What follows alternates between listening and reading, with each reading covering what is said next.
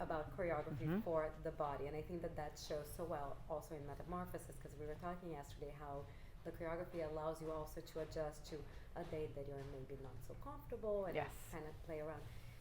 Because you're such a strong advocate for this type of for dance accepting different bodies, I wanted to know a little bit, how did that idea come up, and how is that your next stage? So the idea of body inclusivity came from years of not feeling like I fit in, and I was really trying to figure out how to focus on the aesthetic of the technique and not the aesthetic of the body. And as a creator and as a choreographer, I think you'll find with all of my choreography that I've created over all the years, and my catalog is 140 works strong, I create for the dancers I work with.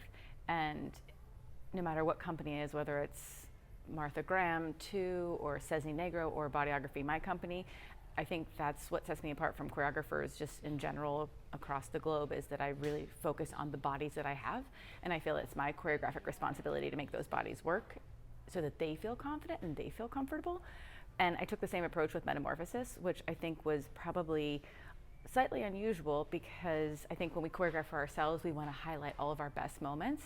And I think I was very tender with myself, and I've come to a place at 41 years old where I completely understand that I physiologically cannot accurately articulate some of the movements that I used to be able to do as a professional dancer.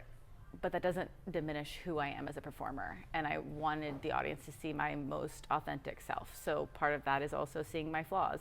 I think at the beginning I was like, oh my gosh, you know, I'm in this tiny nude leotard, and I had flashbacks to like, oh my God, what are people going to think of my body at 41?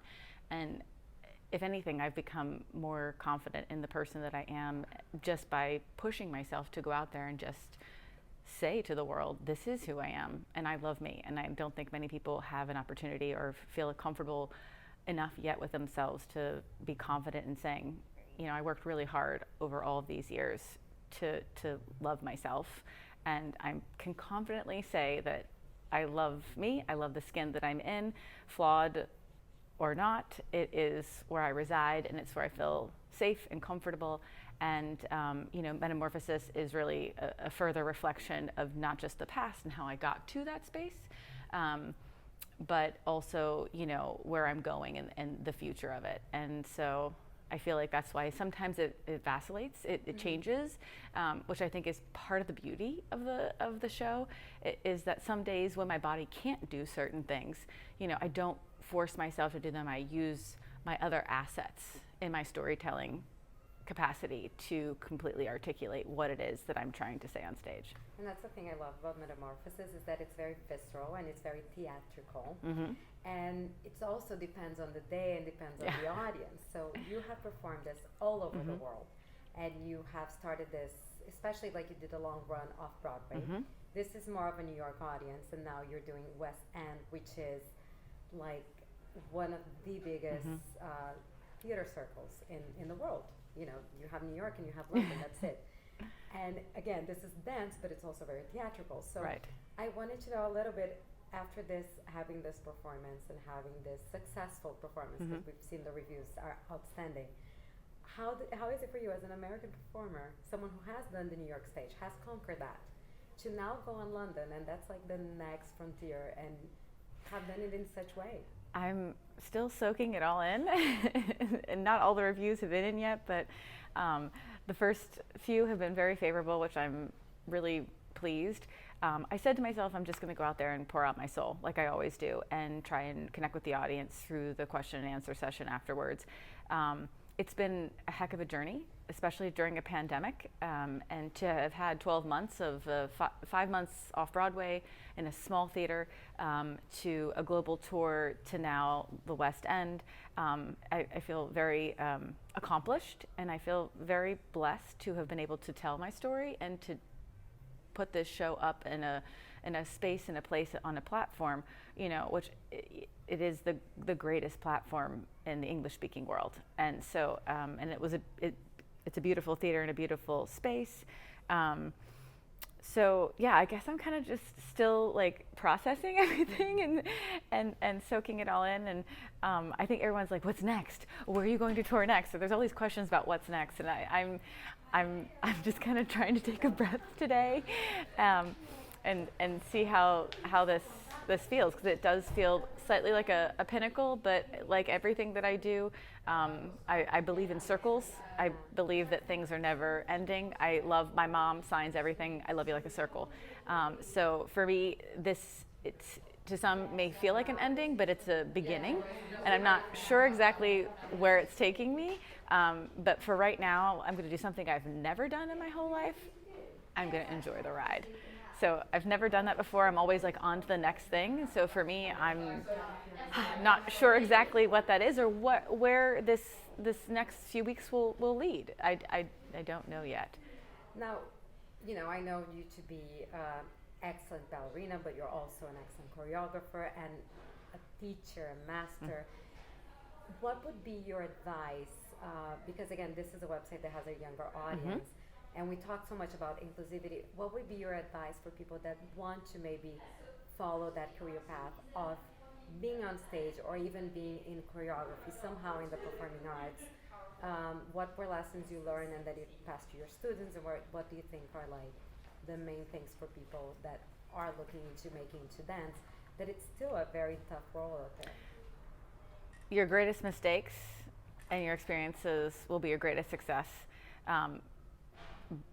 Be patient and also understand that overcoming adversity is how you grow, how you move forward, finding your space in the world, finding your place, and always making sure that it is a healthy, wonderful environment where you feel you're whole, like you're made whole as a dancer. I think that's one time we're always trying to kind of like put ourselves in these places where we don't necessarily belong.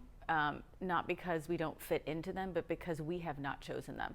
So, you know, I think life is an audition, not for you to be seen, but for you to see life, and for you to look at life and say, what's my next choice?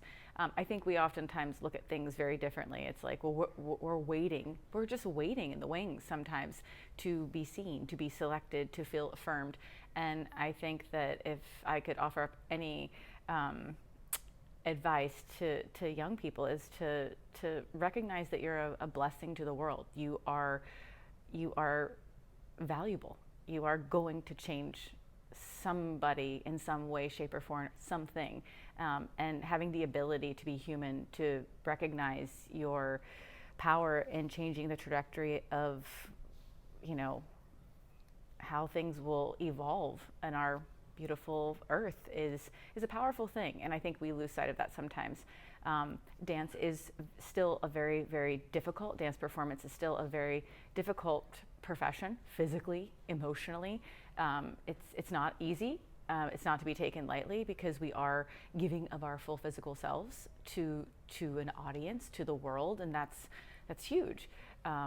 So I would say to any young artist just to be ready, to be present, to be giving.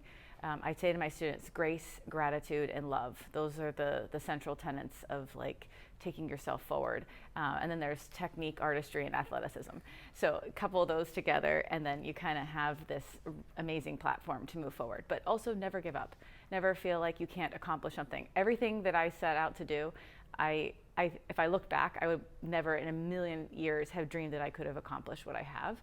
And I attribute that to just passion and perseverance, and just never giving up, and never letting anybody tell me that not fitting in was the status quo, or that was going to be enough, because it was never enough.